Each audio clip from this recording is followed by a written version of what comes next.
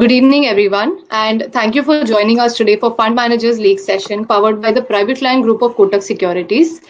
Before we start the session, I would like to introduce Akshay, who leads the product practice at PCG, to give you a small introduction about the Private Client Group.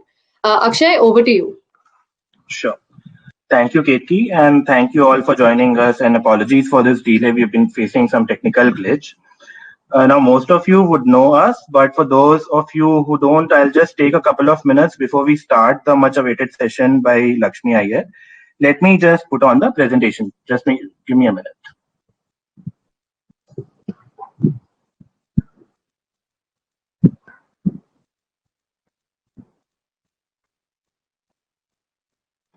Sure. So the Kotak Group is India's largest wealth manager, and we currently manage more than 2.3 lakh crores of assets. Kotak Securities, as you would know, is a fully owned subsidiary of the Kotak Mahindra Bank and has been one of the leaders in equity markets over the last 25 years. Private Client Group within Kotak Securities, which is bringing you this webinar, is the vertical dedicated to the differentiated needs of high net worth individuals. With our immense experience in the equity markets, our cross-sectoral research, and a diverse bouquet of products, we help you make well-informed financial decisions.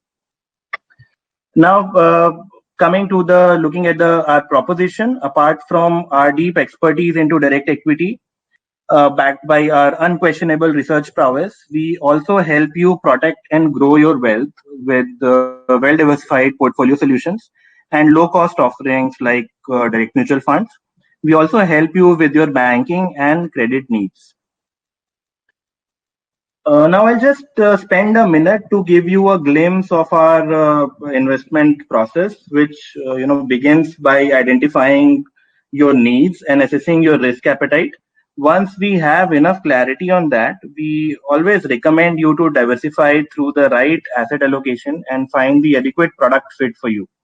Once the portfolio is constructed, we ensure that there are regular updates and reviews on the same. For those of you who are into trading, we have a very robust platform which is also backed by offerings such as free intraday trading. For a small subscription amount, you can get free intraday trading throughout the year, along with zero account opening fee and low brokerage on delivery trades as well.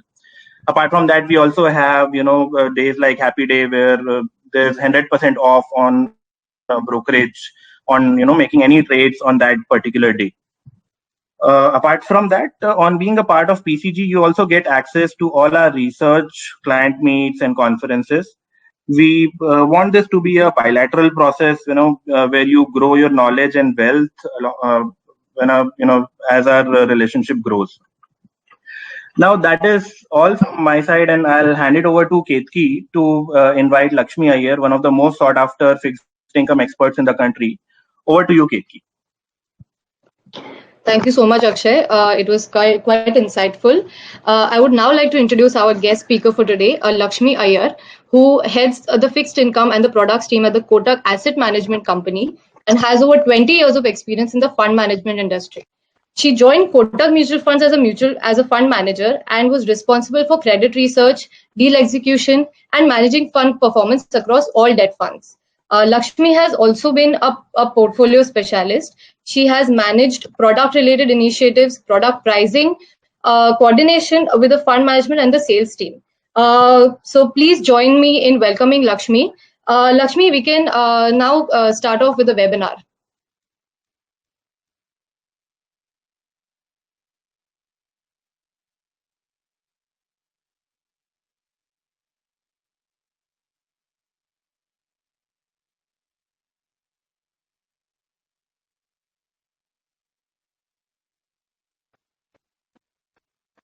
Hi, very good evening to each one of you. I hope you're all absolutely safe and healthy in your respective homes. I'm also working from home. It's been 60 plus days and looks like this seems to be the new normal. Apologies for this technical glitch. We did do a dry run last evening and as luck would have it, or otherwise, my system hung at the actually, I've been doing a lot of calls since morning. Murphy's Law, when I have to do a video call, I'm not able to show you my face, but nevertheless, I think what is relevant right now is to focus on the state of the markets right now and what lies forward. So I will split this into two parts. I will just briefly touch upon what has happened so far in the financial markets. How have central bankers acted or reacted, I would say, in response to this crisis? And obviously, what is the way forward? So to start with, as we speak, more than 70 to 75 central bankers across the globe have actually done this COVID warrior fight by injecting steroids into the banking system. This has included a series of rate cuts, in some cases multiple rate cuts, printing of notes, as they say, helicopter Ben kind of a thing, where you are relentlessly printing money and pumping it into the system because the system is deficit of A, confidence, and B, money. Third is central bankers across the world are actually buying bonds directly from those who are impacted. Now picture this, there is a Sagar Manthan scene going on in mythology, and one side there are devas and the asuras, and nobody wants the toxin. Everybody is dying, literally paradoxical, everybody is dying to have the amrit so that they don't die forever or they become amar, and nobody wants to take the toxin. At least in the Sagar Manthan and mythology, we had Lord Shiva. Unfortunately, at least in India, the central banker does not want to be the Lord Shiva. But if you look at the US, which is the Federal Reserve, or if you look at European Central Banker, or you look at Japan, all of these countries are doing their own Lord Shiva act by actually buying bonds from the market, giving a lot of confidence. In fact, the very latest move, US Federal Reserve has actually stepped in to buy double B bonds. Double B bonds, imagine they are even 2 to 3 notches lower than triple A bonds. So I think sum and substance, what did we do in India amid all this chaos? We also did rate cuts. We had a monetary policy in April. We preponed or we advanced it to March. We had a monetary policy in June. We advanced it to May. That is clearly suggesting to you the kind of restlessness or sense of urgency that is being demonstrated by the world central bankers, including India. Additionally, we also saw a series of SOPs or a series of measures that were announced by the finance minister on the fiscal side. So it has been a combination, because in this market scenario, which is battling a medical emergency, unprecedented of its sorts, never seen by any banker, any central banker, any government in the world, at least in the last 100 years, it's very, very important to basically have some sense of security, and all of these measures are indicating only that. One or two critical points which I need to share with you, it's important for you to know as an investor, is that this biggest Brahmastra which the Reserve Bank of India has used from its arsenal is the long-term repo operation, where banks, RBI has told the banks that, look, I am taking away all your interest rate risk. So they've done a mini Lord Shiva act. The credit risk is still borne by the banker, but clearly the interest rate risk is something which has been palmed off the bank books into the RBI books. I think that has been a very positive stroke, very much necessary for the real sector. And as we speak, 1,40,000 crores worth of money has been availed of by the real sector from the banking. This includes manufacturing companies, this includes NBFCs, etc. My view, therefore, is that the liquidity in the banking system remains to be extremely comfortable. That is evident from the fact that banks are pumping in monies with Reserve Bank of India on a daily basis. From a number perspective, more than 7 lakh crores is being parked with the Reserve Bank of India at 3.35%. That is also telling you that the banks are incrementally getting credit risk averse, and they all want to play safe than sorry. So in this kind of a market scenario, and with the expectation that interest rate will continue to remain benign for the next 4 to 6 quarters, what should an investor do? So one can say that okay, fixed income is not for me, so I am going to put that money only into say bank fixed deposits because it's safety and guarantee, or fixed income is not meant for me and I will do only equities. There's nothing right or wrong about any of these notions, just with the small difference that I would say that investors should actually have an assorted thali rather than eating dal rice or curd rice or roti sabzi on a daily basis or on a consistent basis, which will bring about boredom or monotony. Likewise, to have a spread of equities, fixed income, gold, real estate, all as part of the portfolio is something which is extremely prudent. Now, no marks for guessing. An average household in India is loaded gold, is loaded real estate. So therefore, my focus will be on the two key asset classes, which is equity and fixed income.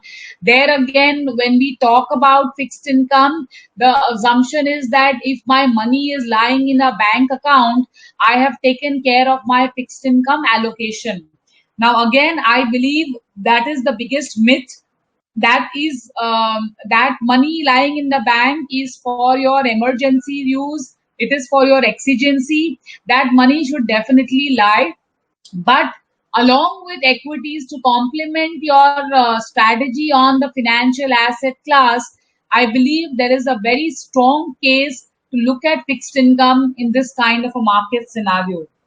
The key question, which is a very logical one to ask, therefore, that this is a market where there is heightened risk. There is a market where the left hand is not trusting the right hand. So what should I do? Should I really go into high yield? Should I go into duration? See, there are multiple of these questions. While I will take a formal Q&A, let me try to address some of these queries which have come in from common sets of investors. So in this market, as I mentioned, the market is pretty ripe for you to assume a reasonable duration, which is an interest rate risk. Credit risk is not something which will suit everyone's palate. So therefore, use that sparingly depending on what suits your own risk appetite. So if you are an investor, who is young, but is still very wary of volatilities or fluctuations on your fixed income portfolio, then stick to very short or mid duration funds. There is, as I said, there is no one size fits all in this kind of a market.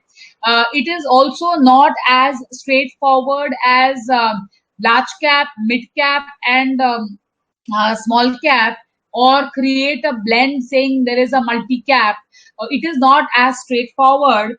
Because in fixed income, which is an all seasons, I call fixed income the all seasons footwear equivalent, because there is a strategy to suit every interest rate cycle. So your closest and your bellwether friend in this market scenario is very short liquid funds, ultra short term funds, All these are in the pecking order of duration, extreme short end, thereby it has the least amount of duration risk and the least amount of credit risk. Now, it is desirable for those investors who are looking at very short term surpluses. So, you have sold off some equities and you're waiting for the markets to settle to go and do another trade. So, all those monies can comfortably and confidently lie into liquid funds. There is money which is there beyond a month or so. You have ultra short term money market kind of strategies which cater to north of 3 to 6 month investor horizon money. And then if you go, as I said, likewise, you have one very beautiful strategy called the low duration strategy in mutual funds, where regulatorily you cannot buy anything more than 1 year.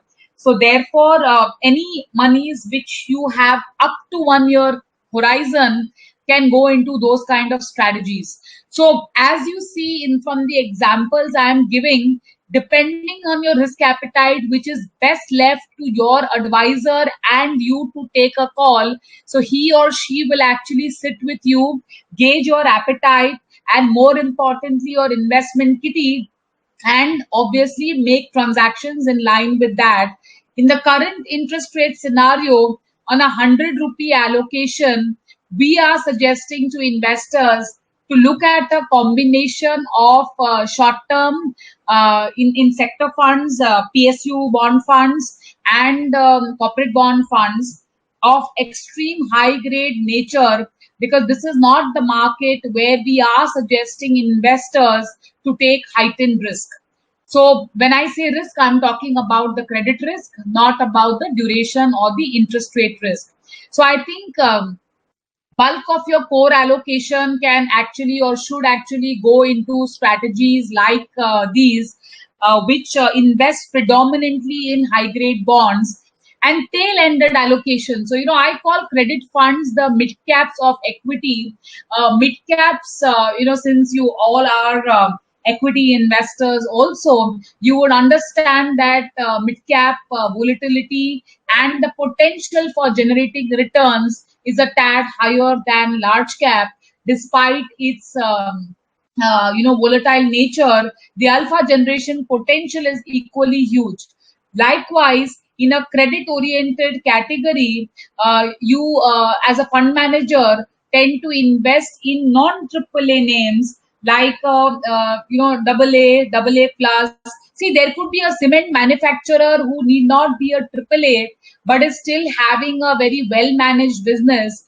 Likewise, you can have a steel maker who may not be AAA but who may belong to a very big conglomerate. So all this will construe as part of credit strategies. So tail end allocation, if your risk appetite permits, in consultation with your advisor, you could certainly look at a fag end or a tail end allocation to such strategies to get this nice skew on your portfolio. And when I say skew, I'm talking about returns, because a liquid fund can very barely give you 3.5 to 4% return, or a 1 year money market fund will barely struggle to give you returns between 4.5.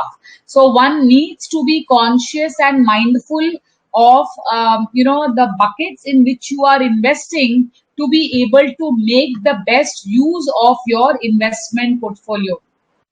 Another question which I keep getting is that should I buy bonds directly? And my answer to that is, if you have the wherewithal to understand the credit risk, if you have the wherewithal to be able to hold on to illiquidity into your portfolio, then my answer to that question is an absolute yes. But if the answer to even one of these questions is no, then my suggestion would be to outsource your headache to a mutual fund manager who offers you ready liquidity on a given day within 24 hours, which is true for most fixed income funds, which are open-ended in nature. Another thing is mutual funds offer you the benefit of diversification, which no direct bond will be able to do. However, as I said, If you have high conviction strategies, you should certainly go and buy direct bonds. A related question which investors have been asking me, are AT1 or additional tier 1 bonds a potent alternative in the current market scenario, especially with respect to what we have seen in the case of Yes Bank? And again, here my answer to you is, today, AT1 bonds or perpetual bonds have become the pariah of the industry. Nobody wants to really touch it because of high end fear factor. And herein lies an opportunity. If you are desirous of buying any public sector AT1 bond, it is not a bad strategy at all. Be mindful of which bank you want to own in that space. I think that is going to be very critical, rather than painting that entire category with the same brush and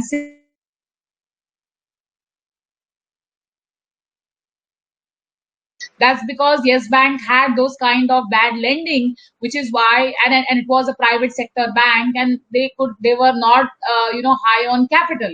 So I think, plus there are systemically important private sector banks also. So if they are offering you tier 1 or AT1 bonds commensurate to the yield that you desire, I don't see any problem in looking at that as well. That again brings me to another question. I had this query from one of you only, that how should one invest in fixed income? Should it be lump sum or should it be SIP? And no marks for guessing.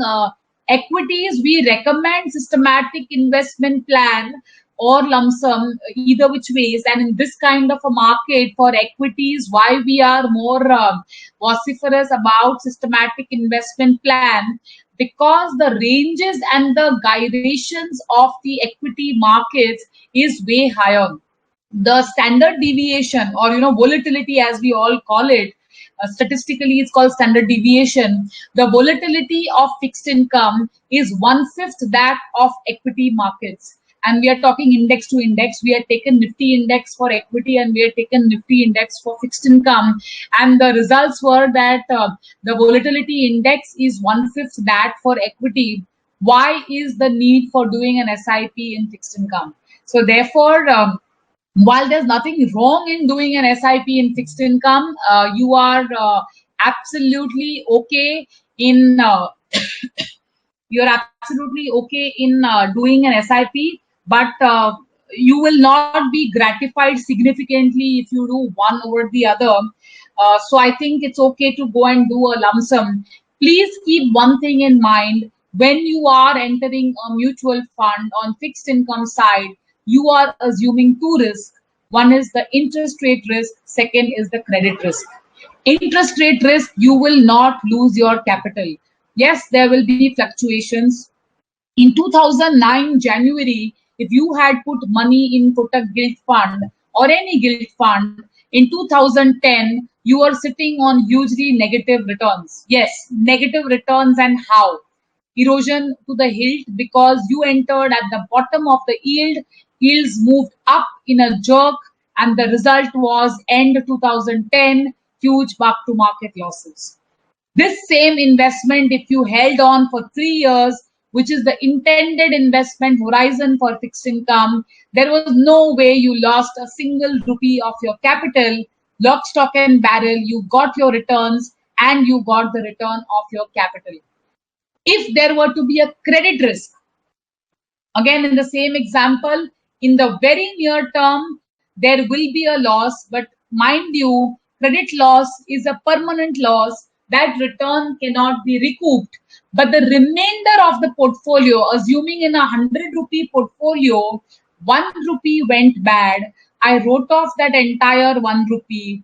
You bore the brunt of that in the near term. However, because the balance 99 rupees are behaving well and are contributing to the returns, even on a 3-year period. So the extent of credit loss in the fund is something which is important for you to bear in mind, which is why we always warn investors.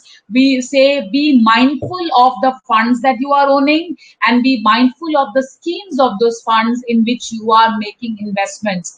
But ignoring fixed income on a risk adjusted basis in this kind of a market scenario is something that we would certainly not recommend, purely from a diversification standpoint.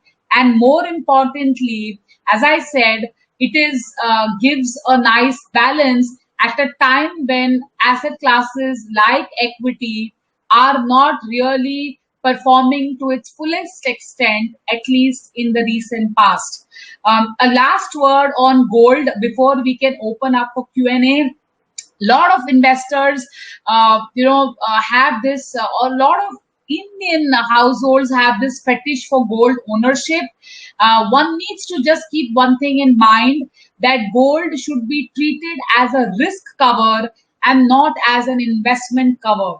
Gold is the last man standing on your portfolio. So look at this. Last 3-year return on equity is flat.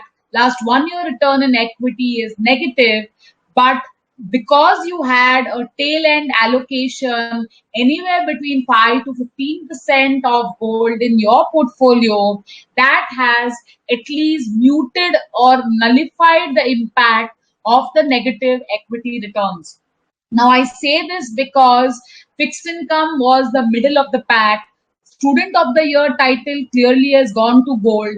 But should one get carried away excessively and divert monies from financial asset class to physical asset class? The answer is absolutely no. So please use that as a risk cover. It is the last man standing in your portfolio. It cannot be the opening batsman as far as your financial portfolio is concerned. So I will pause here. I have given you a holistic view on where we are, where we were, and what lies ahead of us. Interest rates will come down further, which means savings rate and deposit rates are set to go down. When you go to a banker, he will say my rate or nothing, which means my way or freeway. If you come to a mutual fund, there is an opportunity for you to participate in the market related movements. Of course, the jhatkas and matkas of the market is something which one has to withstand. Markets are not Teflon coated, and clearly mutual fund NAVs are not a dead man's heartbeat. It has a dhadkan, it will keep doing its dhadkan job. So therefore, it can keep pulsating to highs and lows. But if you stay your intended investment horizon, I have no reason to tell you that fixed income can be a gratifying investment experience.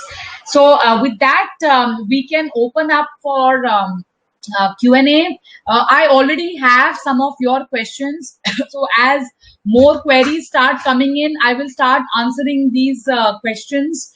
The first question I have is, what caution should we take as an investor in the wake of 81 problem of Yes Bank? Whoever asked me this question, I have already covered this as part of my talk. PSU banks, well-managed private sector banks, 81 bonds, yields are very salivating. I don't see any problem if you have a small allocation to these bonds. Be wary of very small mid-market banks in the current market scenario. Second question I have is, in the current scenario, should we continue our SIPs or gold or other options are better? My honest and very, very direct answer to that is, don't ever stop your SIPs. You never know which ball will actually go for a 6. The month of May has sprung in a lot of surprise from a market standpoint. The very objective of doing an SIP is it is able to catch up with the googlies, with the no balls, and the ones and the twos, and of course go for the fours and the sixes. Now, unfortunately, whether it's a game of cricket or whether it's box office collection in Bollywood, or for that matter, it is run rate of score of Nifty or Sensex, it's humanly impossible unless the matches are fixed. Now, unfortunately, in markets, the levels are not fixed, and therefore the beauty of SIP is it allows you to capture both the ups and the downs. I have been a very, very boring SIP investor for about 15 to 16 years. I have kept doing SIP top-ups, which some of the fund houses offer as facilities. Please talk to your investment advisor, and certainly don't ever do the blasphemous job of stopping SIPs. Gold, yes, definitely. As I mentioned to you, you can buy gold. Please don't buy physical gold. You can buy sovereign gold bonds. You can buy ETFs. Except for physical gold, please buy anything else. Sovereign gold bonds, according to me, are fantastic. Yes, you compromise on liquidity, but you get 2.5% extra. And Indians love extra, whether it is 1/2 soup with some extra croutons or some extra mukwas kind of things. But this is like great, and this is extra money. So please grab it with all your hands. The next question I have is, how does one approach investing in high yields of Indian corporates during these times? Could you perhaps lay out a framework for a non-institutional investor? Very, very potent question, very relevant in today's market. I did briefly answer this question when I spoke, but as I said, my only suggestion to you is that try to own high yields, if at all, only through a diversified pool of a mutual fund. It is prudent at this juncture to avoid direct investments purely and solely because it is very difficult for us in this market scenario to know or to understand ki kaun kitne pani mein hai. And when I say that, I mean that we are in a very uncertain medical world. My cousin is a doctor, and even he does not have an answer to the question that we all have in the mind, that when will this end? So if that were to be the scenario and that were to be the situation, high yields will display tendencies to underperform in this kind of a market scenario. So if you are buying, please buy it selectively, and you should prefer a fund route. A framework for non-institutional investor. So even if you decide to go and buy a bond directly, nothing wrong in that. But as I said, please look at the balance sheet. Ask a lot of questions to the management, very much similar to the equity investment. Please look at leverage. How much debt is there on the company's balance sheet? Please look at the free cash flows. Look at how much of cash the business is throwing up. So, for example, today retail business is throwing zero cash because malls are shut. Apart from essentials, nothing is being sold. So given that kind of a scenario, be mindful of the leverage or the debt to equity ratio in that balance sheet, and of course look at the cash flows. Above all, please look at the pedigree of the management.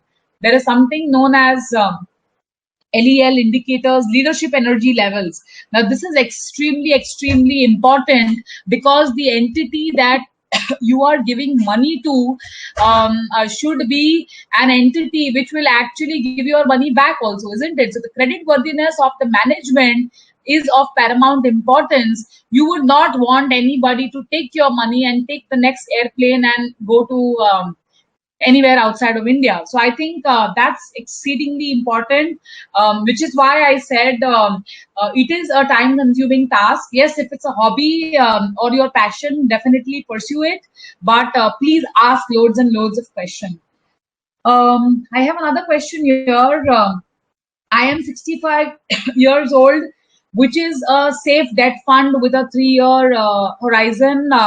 So my answer to you would be that at this age, one can take a moderate risk on the interest rate side, but preferably no risk on the interest rates on the credit side. So I would say that depending on the amount of money that you have to spare on the fixed income side, I would suggest a combination of lower end ultra short term funds to short duration like bond short term or PSU bond funds. But when I say short term bond fund, one can have a short term bond fund with very high credit risk vis-a-vis one with extremely bluest of the blue chip corporates. So therefore, I would say if you have the wherewithal to DIY, nothing wrong in that. But my suggestion would be to get in touch with your advisor and obviously pan out. But yes, even at this age, you can certainly look at credit risk averse strategies.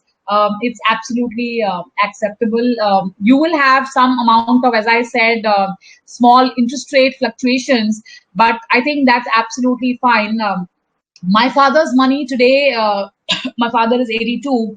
He has almost a little under 50% of his money in hybrid funds, which is balance advantage kind of funds, and the balance 50% of his money is actually lying in PSU bond funds and short-term funds.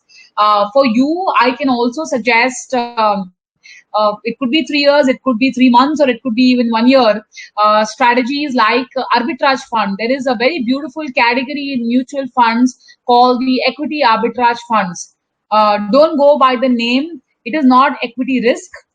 It is buying equity in the cash market and parallelly and simultaneously shorting equity in the futures market, thereby making your portfolio 100% equity risk free. So it's a fantastic category. Please touch base with your advisor for more inputs. That could be another add-on category that you could look at. Yeah, so these are the questions I have had. Are there any more questions? I'm happy to add on any other comments. And I'm feeling really bad that I'm not able to see any of you, or not any one of you are able to see me. But yeah, we can obviously, technology can be a boon and a bane, but I'm happy at least I have been able to communicate my message to you in this short span of time. Lakshmi, Akshay, Kritika, do we have any more questions? Yeah, Lakshmi, Akshay this side. A couple of questions that we have received offline. So one was that should one look at tactically playing long duration game for a 6-month horizon via gilt funds in this sort of market if we expect further rate cuts?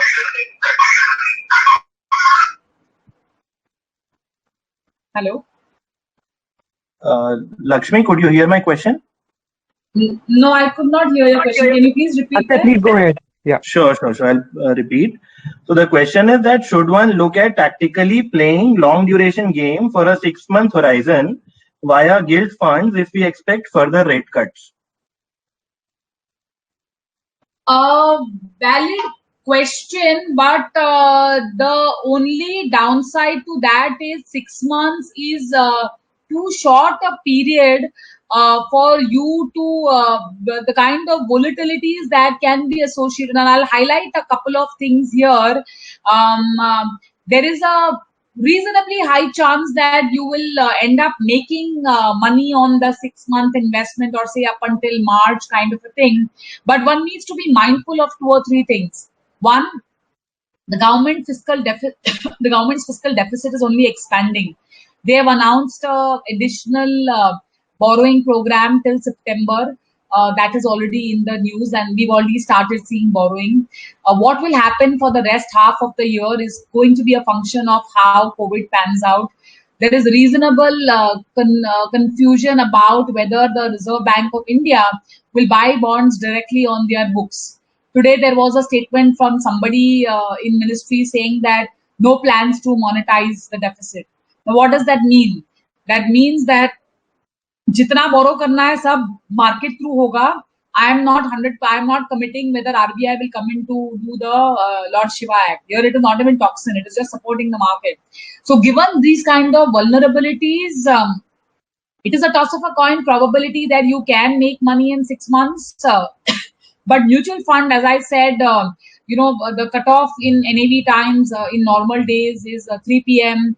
and then the markets are functional till 5 p.m. So there is a lot of up and down happening. So if at all you need to take technical calls on the market, it's not a bad strategy. You're better off taking those through interest rate futures. Thanks, Lakshmi. Lakshmi, one last question. Can you hear me?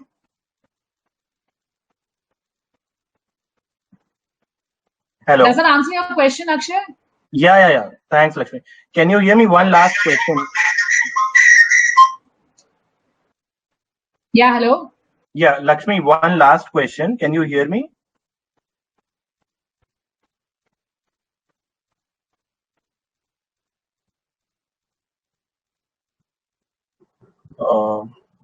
Lakshmi, am I audible?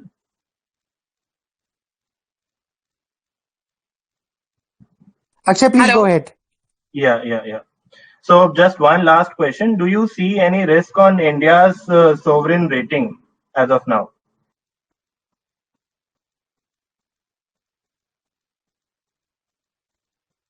Akshay, sorry, please again. Yeah, do you see any risk on India's sovereign rating at this point?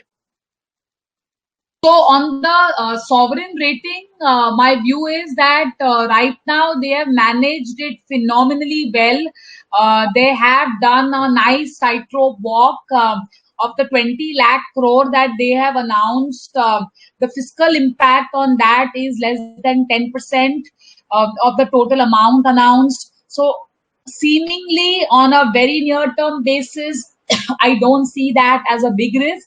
But yes, post September, October, when you get a slightly fuller impact on the economy, when you get a situation check, at that point in time, will the rating agencies externally be more sanguine or less sanguine about it? That uncertainty remains. For now, as I said, on an immediate basis, I am not seeing that as a high risk event waiting to materialize. Sure. Thanks, Lakshmi. Over to you, Ketki.